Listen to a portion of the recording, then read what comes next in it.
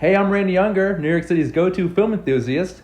Every week, I dive deep into the world of cinema with special guests from the New York City film scene. Whether I'm interviewing industry insiders or comparing the latest releases, there's always something for every movie lover. Join me as I explore the magic of film and discover what makes these movies unforgettable. Hey guys, I'm Rain Younger, and this is a special episode of Under the Radar, where we talk all things film. And with me, I have a good friend of the show and a personal friend, Mr. Max Keller. Max, welcome I back to the show, sir. I am glad to be here. I'm ready to talk about these movies, and it's always a treat to do this with you, Oh, thank you, sir. The viewing is mutual, and you know you're welcome back anytime. You're one of my absolute Chris. favorite guests. You know that. And today's films, we've got two Oscar-nominated films, two very good movies, two very different movies, I must say. The first one, it's a strange title and it's a strange film. It's called If I Had Legs, I'd Kick You.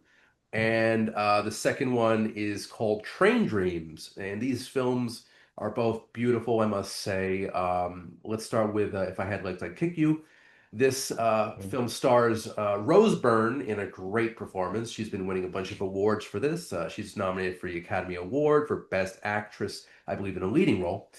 And Yeah, right. she knocks it out of the park here. She plays basically a woman kind of at the end of her rope. She's struggling with many things in her personal life, in her professional life.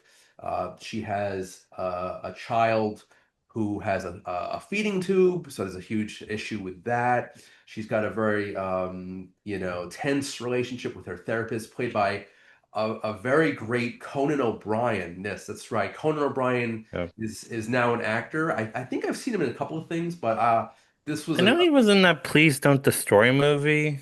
I didn't see. Like, there's like this group on SNL called Please Don't Destroy, and I know they made like a movie where I forget the specifics, but I think they're Okay, like out in the woods shooting trying to find a monster. But yeah, no, I know he okay. has a role. Now was he a fictionalized version of himself, or was he like a new character, like a fictional character? It was definitely a new character. He plays like Okay. one of the guy's dads or something. Okay, because I actually I don't really know Conan's acting ability. I think he did a great job here in the film. His expressions here, his mannerisms, he's like very deadpan, and I think Yeah. he kind of steals the show here. And but he definitely does not overshadow Rose Byrne's performance, who's brilliant here as a woman. She's dealing with her sick daughter. She's dealing with a very tense relationship with her husband, played by Christian Slater, who's basically it's mostly his voice throughout the movie. He's on the phone the whole movie. Right. Uh, we've got actually a very good performance from ASAP Rocky, who I've only seen in acting last year in Highest to Lowest, the Denzel Washington Spike Lee film. Oh, right. But Wait, did here, he? yeah, I was gonna say, no, I was trying to remember the character. He plays the person who kidnaps the son, right? Not to get into yes, spoilers. that's Okay, kind of a thanks. spoiler, but it's been a while. It's okay. Um, Okay. yeah, but I think he was great in this because he was kind of funny in here too. He plays a motel superintendent, and he kind of gets involved with Rose Byrne's character. Her name is Linda, by the way, and it's kind of funny, and I think he plays it very, very well. In the film, I mean, it's kind of a downer. I'm not gonna lie. Her personal professional life is basically in a tailspin, and the entire movie is kind of almost kind of like steady cam following her around, very shaky, and in that respect, you actually do feel like you're on this journey with Linda, and the whole movie's her, and I loved it. I thought she knocked it out of the park, and I think she has some stiff competition from Jessie Buckley of Hamnet. So I'm very curious to see who takes home the Oscar Gold come March 15th. But if I had legs, I'd kick you. Max, take it away. Your thoughts, sir. Yeah, you were saying to go back to Oscars, I'm kind of predicting Jesse Buckley, but I want to see what like SAG says and stuff like two Mhm. weeks before. But Right.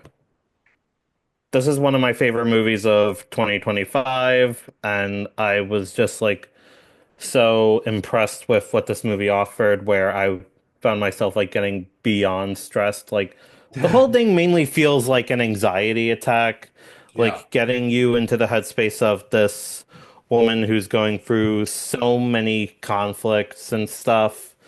And what I always find what I found interesting about it was like just how it handled this character in making her so sympathetic. Like I could see like the movie deals with themes of motherhood and trying Mm, to be the best you can as a woman and stuff like that. right. And like to help other people and like she's a therapist in the movie, even though Conan O'Brien works as her therapist, like the head therapist. And what I find interesting is that it's like this is a character that could easily go into just a complaining, just completely nasty, and like to the point where it's like no way to understand. But what I love is that this movie makes you understand her Yeah. character and like goes through like realizing her struggles and stuff.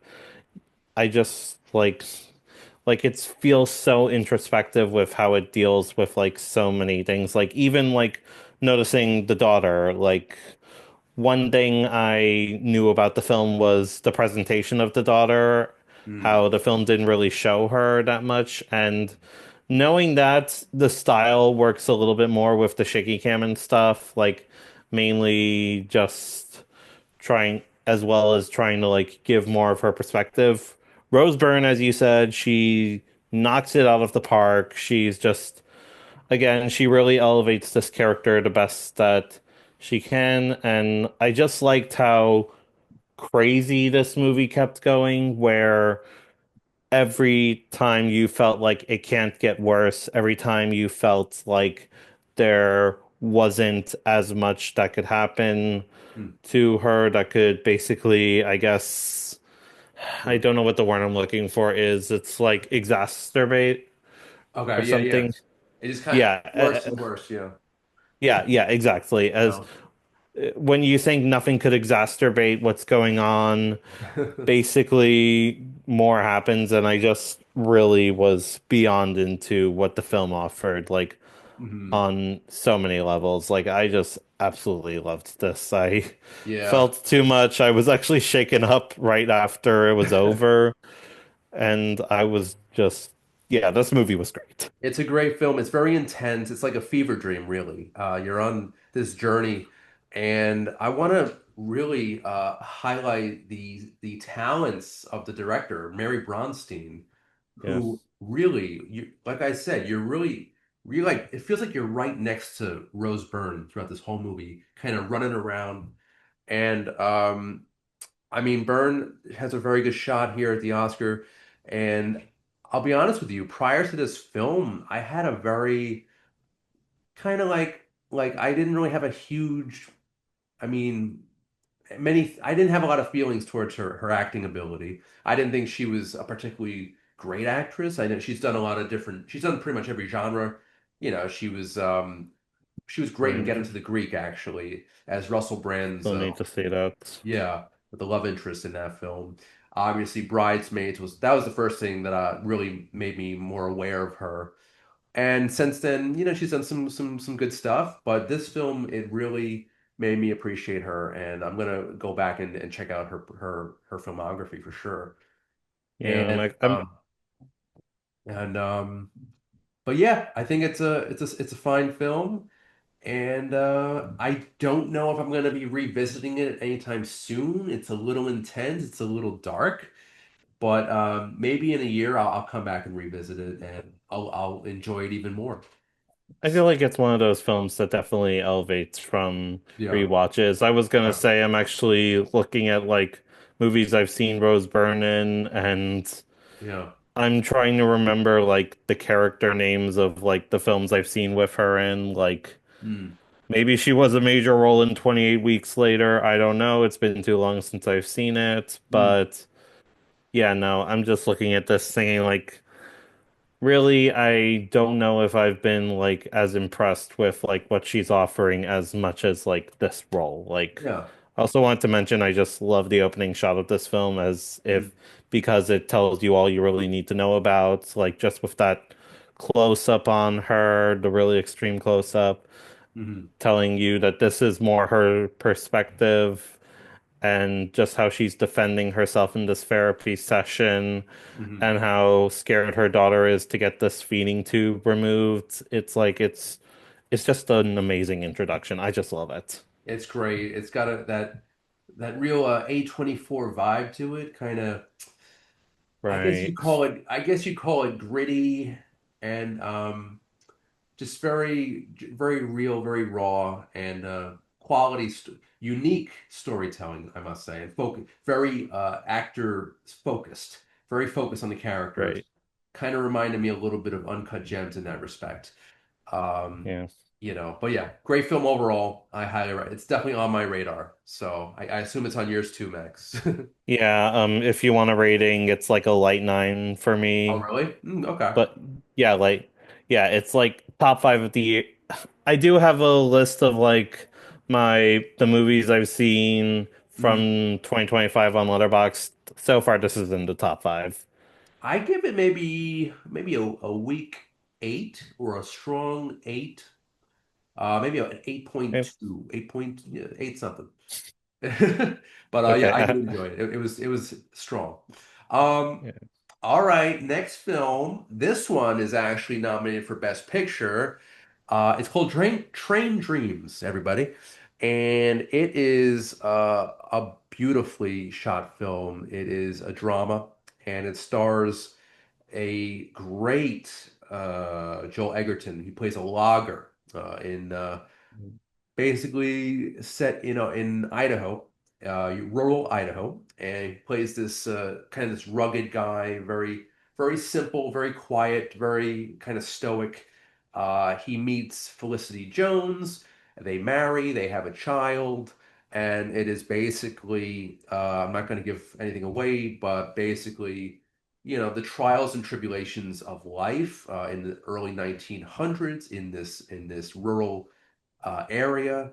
Joel Edgerton's character, Robert Granier, he basically goes from town to town for work. He cuts down trees, he works in forests, and this film was, I'm still amazed at how gorgeous it looked. The Definitely. setting of this film was absolutely beautiful. The cinematography was done by Adolfo Veloso, and I'm not sure if he's nominated for best He's yeah. gotta be, No, he honestly. was. I'm just checking now. Okay. Yeah. He was. I hope he wins because I don't know about any of the other nominees in that category, but I think he's got a great shot here. Beautiful film. Egerton gives one of the best performances of career. And Felicity Jones is a little underused, but I think she does a fine job too. And it's just a beautiful film. You've also got supporting performances from William H. Macy, Clifton Collins Jr., and who else we got here? Uh, I just noticed Carrie Condon was in it. That that's actually right. surprised me. So she shows up towards the later portion of the film. She's You're fantastic right, yeah. too. Yeah. I just saw her in F1, the another Best Picture nominee, Oh. in that too. But we're not going to get into that. uh, but she's great, and also the film is narrated by Will Patton, great actor who probably That's people what know it best is. from Armageddon and No Way Out, different films. But great film. This is actually the best film probably not a lot of people have seen. And out of all the Oscar nominees for Best Picture, I think this one is the least popular. And that's Really? unfortunate because it is a very, very good film. And Max, I just wanted to hear your take on Train Dreams. Well, now you're making me wonder what actually. I don't know if this is the less popular movie. I think I'm looking at the Best Picture nominees just to be like, there's got to be one that's less popular. Well, Secret Agent or F1, I guess. I mean, F1 was, I think, pretty blockbustery, pretty popular. Uh, Okay, I was like talking like because I know like when F1 got nominated, like people hated it. But right. I'm getting off topic. Let's go It's to okay. Train It's Dreams. okay. Um, So Train Dreams, this I'm glad you recommended this because this before the Oscar nominations came out, this was the only Best Picture nominee I hadn't seen. So I was gonna watch it like the weekend you suggested it, so really happy you did. I was very impressed with what this film did. Like from a cinematography standpoint, I heard like so many people saying, "Oh, it's great," and words cannot do it justice. Like I just love the ambition, the beauty, like the vibrancy. I don't even know if that's a word, but just like what this film does visually, I was beyond amazed with like so much of the ideas it was presenting. Like it just looks absolutely beautiful. yeah. I'm going to admit that when I saw this movie, I think I was like in the middle of having a cold, so Mm. personally, I found myself a little tired during it, but I will admit the by the time the second half hits, I was starting to be more engaged in Mm. what the story was offering. It definitely got better as it went along. Like I thought Joel Edgerton did a great job, and once I realized like what the movie was achieving at that point, I was like super into it and Yeah. really just so engaged. I do have one big problem, which I don't know if it's a nitpick, but I really do not think the narration in this film worked all that much. Okay. Like I kind of felt like to me it just kind of took away from a lot of like the intended emotions that the film was trying to portray, and really it just made me think, I wish this movie didn't have the narration because like not only did it make like some really heartbreaking moments like a little less heartbreaking, but it just felt like it wasn't really adding anything to the movie that it couldn't Interesting. do. So it kind of So took you out of it a little bit. yeah, no, All right. but it's mainly just that like I do think the film like achieves so much, honestly. Like I definitely enjoy like a lot of what it offers. Like technically this movie is just astonishing. It Like really I is just great. Yeah. It's a beautiful film. It's currently on Netflix for those who are curious about it. And it is just a lovely, it's just a very quiet film. It's very kind of meditative, very, it's very, it flows very beautifully. And I'd say the visuals, even the sound design was pretty decent. Even you've got the sounds of yeah, forest, the yeah, with like the creaking, trees and the stuff. animals in the background, and yeah, I can't get enough of this film. I'm really surprised that the director, Clint Bentley, was not nominated here for an Oscar. He um, he was nominated for Best Adapted Screenplay, apparently, which is weird because there's kind of limited dialogue. But That's true, I, but I mean I think he was severely snubbed in the Best Director category. That's very interesting to me. And I just want to mention real quick, he directed a film in 2021 called Jockey, which also featured Clifton Collins Jr. As a jockey, no less, hmm, and his kind of his personal and professional life, kind of focusing on that and his relationships. And from what I remember, that was also a very visually beautiful film and some great messages, great themes there. So this is another director, Clint Bentley. I think I'm gonna have to watch for and check out his previous stuff. And I look forward to his next work. I don't know if he's gonna go home March 15th with any statues, but you know, I think he did a good job it's here. it's kind of sad because I'm actually looking at like some of the nominees it got, and it's like it if we're doing like predictions right now, it's kind of Yeah, sad that I don't really see that many that I could get see right. it going to.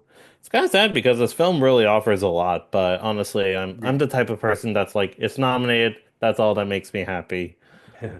But I Yeah, was there is one thing I did want to mention, and it's mainly because I'm kind of surprised at how little of a theatrical release this film got. Like, right. I know that the Paris Theater in New York, which is owned by Netflix, was showing it at some point, but sometimes I've noticed like you'll see like independent movie theaters who do screenings of Netflix movies. Like there were some this year that I managed to catch in a theater, like Jay Okay. Kelly and the new Knives Out movie. And I don't Okay. even know if they even played Train Dreams, which is sad because it's like just because of what this film offers from a technical level, Yeah. from a visual, like stylistic level. It's kind of sad that I couldn't, that I had to watch this on just the TV because like this film really offers so much, like Yeah. visually and technically. That's Like, a very good point because I totally would have loved to have seen this on the big screen as well. Um, and yeah, just out of all the nominated films for Best Picture, especially this is up there for me in terms of most visual and most appealing.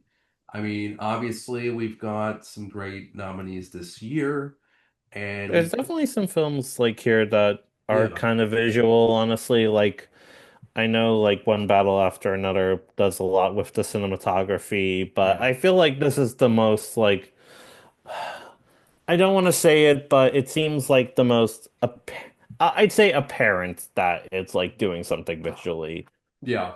Well, where I'm it's like, actually looking at the nominees real quick here. I kind of get what you mean. Like this is a very almost an epic, but like a quiet epic. You know what I mean? yeah, In terms of visuals, especially. I'm looking at the other nominees for Best Picture here. So okay, Bugonia. We're gonna do this real quick. Bugonia, not exactly a visual film. It was more about the dialogue and the character right, of interactions. course, yeah.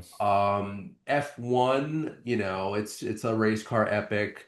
So I think that'll probably win maybe best. I think it's nominated for best sound. I'm betting best sound Yeah, for that. if it is nominated, I'm sure it is. But It's gotta be. yeah, Frankenstein had a great visual look as well. But you kind of expect that with Guillermo del Toro, I'd Yeah, say. I mean it's kind of an average Del Toro fan film. Yeah, who's tongue-tied. Excuse me. Uh, I liked Frankenstein, but yeah, I think it might win Best Makeup, but that's about it. That would be cool. All right, Hamnet was gorgeous, a great film overall. Yeah. So, we'll see how that if that wins directing or cinematography. Marty Supreme, Chalamet is probably going to win Best Actor, but visually Yeah. speaking, the movie didn't really offer much. Just a solid. I feel like it's still offered enough, but that is more Right. owed to like how Josh Safdie directs his films, where Yeah. you could watch that film and not be aware of like how great the cinematography is. Yeah. And then we've got a one battle, so yeah, that might win. Secret Agent, have not had the pleasure as of yet. That's actually the one It's film good. left that I have not seen of the best pictures.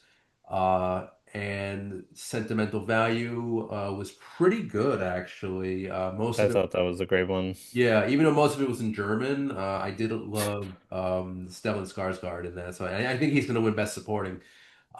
That'd Uh, be nice. yeah, Sinners, also beautiful film.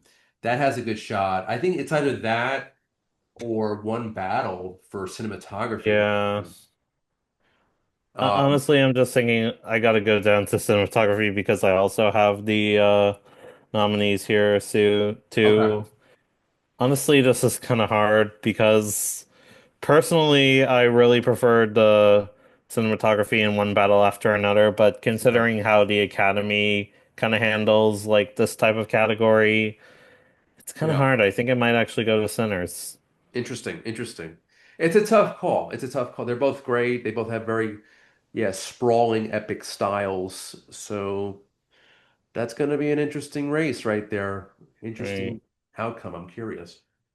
Um, All right. Oh, I also forgot to mention, guys, that if I had legs, I'd kick you. It is currently streaming on HBO Max. So check that out. Hmm. It is worth your time. But go in knowing It's a little bit of a heavy film, very intense, and just be prepared in that respect. Train Dreams, obviously, we mentioned it is on Netflix. I'm not Right. sure.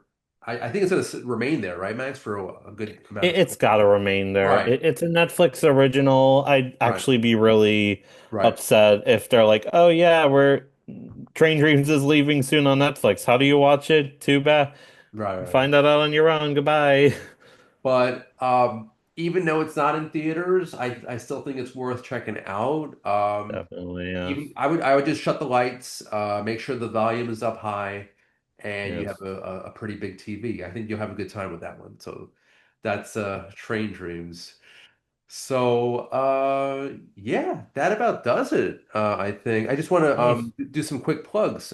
Max, are there anything you want to mention right now? Plugs? I can always mention my Letterboxd. I think there's actually going to be some movies coming up this week that I'm going to try to force myself to watch. I know Hmm. this month I'm going to try to watch the is it Infernal or Internal Affairs? The movie that The Departed was based on. Hang Infernal, on. I think. Infernal. Yeah, I'm gonna do the Infernal Affairs trilogy and maybe Nice. rewatch The Departed. Cool. My Currently I'm out of state where my aunt tried watching The Perfect Storm and I unfortunately it was not in the right aspect ratio. I'm kind of weird like that, so I'm probably gonna find like another way to watch it, and Wait, I will definitely review it. the I'll definitely review it. the 2000 George Yeah, Clooney. the 2001 Okay. with George Clooney and Mark It's Wahlberg. actually Yeah. not bad actually. It was a little intense, but it had great visual effects from what I remember.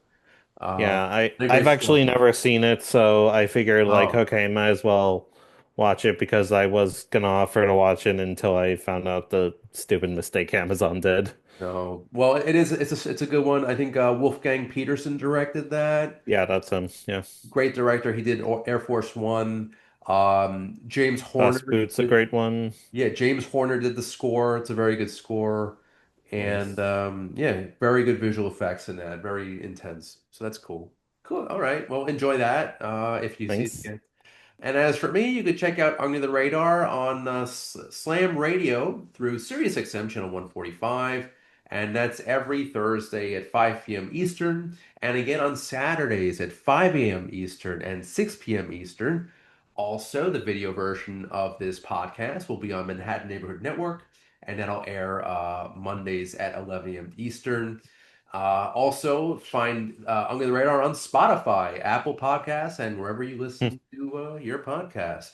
And last but not least, feel free to subscribe to the Under the Radar YouTube channel. Subscribe and share the love. So, Max, thank you as always. This was Thank amazing. you for having You me. This really means a lot. you mean a lot. You're a great friend to the show, to me, and Thanks. I value your film criticism anytime, sir. Thank you so much. Yes.